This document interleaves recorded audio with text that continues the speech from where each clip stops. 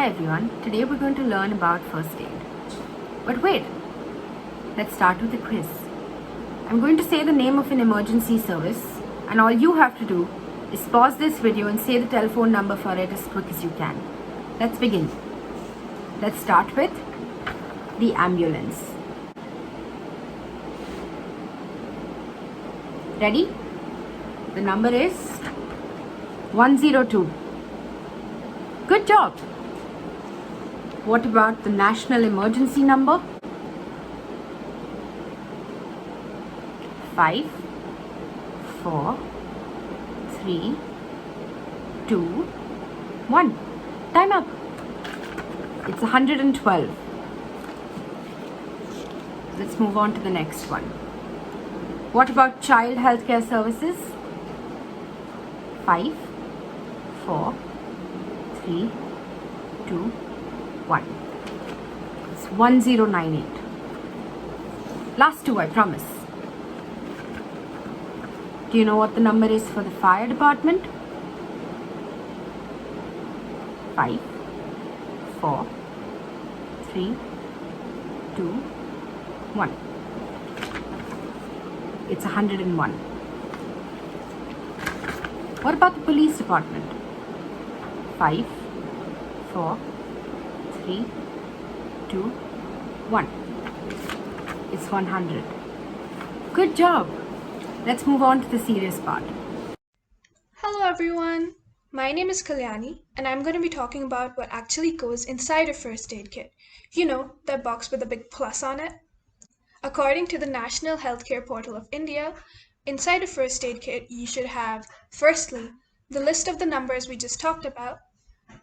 You should also have sterile gauze pads, also called dressings, in small and large squares to place over wounds, disinfectants like Dettol or betadine, medicines like painkillers and antibiotics, roller bandages to hold the dressings in place, adhesive tape and adhesive bandages in different sizes, tools like scissors, tweezers, and safety pins, antiseptic wipes or soap, a thermometer, and finally barriers such as a face mask or face shield.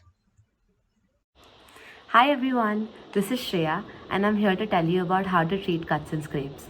Firstly, you have to clean the wound by rinsing it with cool water. Do not use soap or any other solution. Cool water will help to remove the dirt. Also, make sure you remove any visible dirt or pebbles from on or around the wound. Next step will be to stop the bleeding.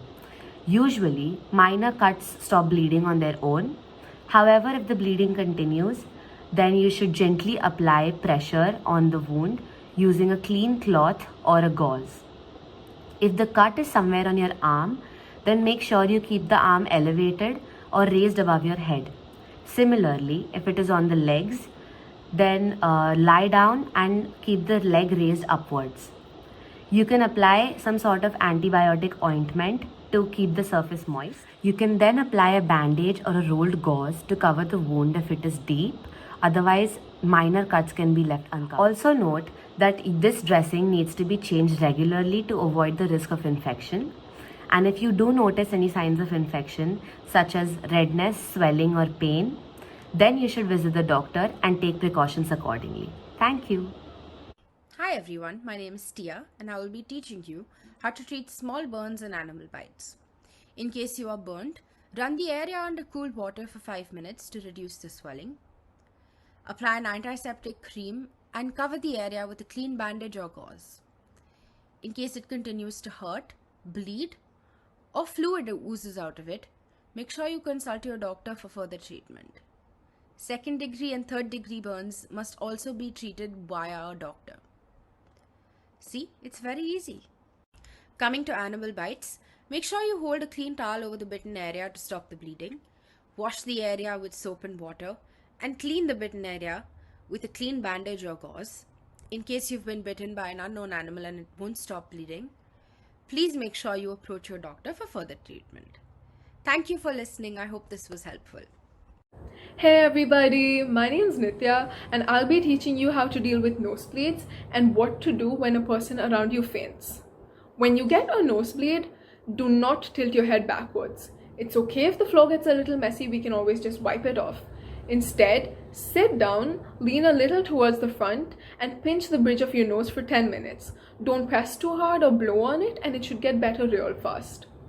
Now, when a person around you faints, lie them flat on their back and lift their legs a little higher above ground so the blood flows a little towards their head and they wake up. They're probably just tired, so don't panic. But always make sure to call an adult when somebody is in danger around you. I hope that helped. Hello everyone, my name is Ananya and today I'm going to tell you the basic first aid if you have a sprain or swelling due to an injury. So first, you keep your hand on a surface and move it up and down and round and round. If it's paining a lot, you can also use an ice pack. Now, you can also use sprays and creams and tie a bandage around the wound.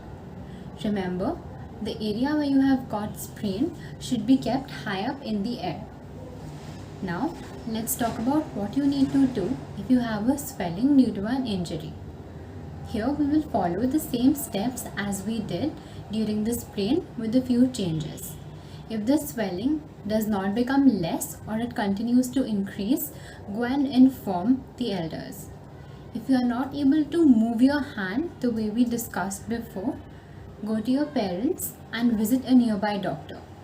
Lastly, do not take any medicines without consulting an elder or the doctors.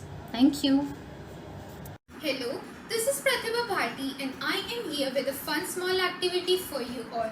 All you need for this activity is a shoe box, some A4 sheet papers, white glue or tape or a red marker. You might have guessed it right, we are making a first aid kit. So let's get started.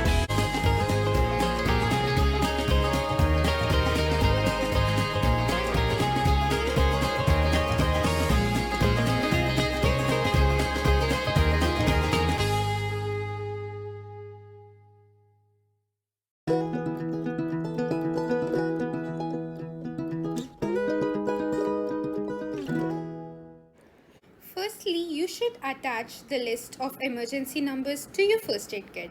Then start by adding sterile gauze pads, some bandages, antiseptics like betadine, and roller bandages to hold the dressings in place. Then add some painkillers and antibiotics, adhesive tapes, some tweezers, safety pins, scissors, and a thermometer. And then add sanitizer and some face mask for a protection. Hope you all enjoyed this activity as much as I did. With that, goodbye and stay safe.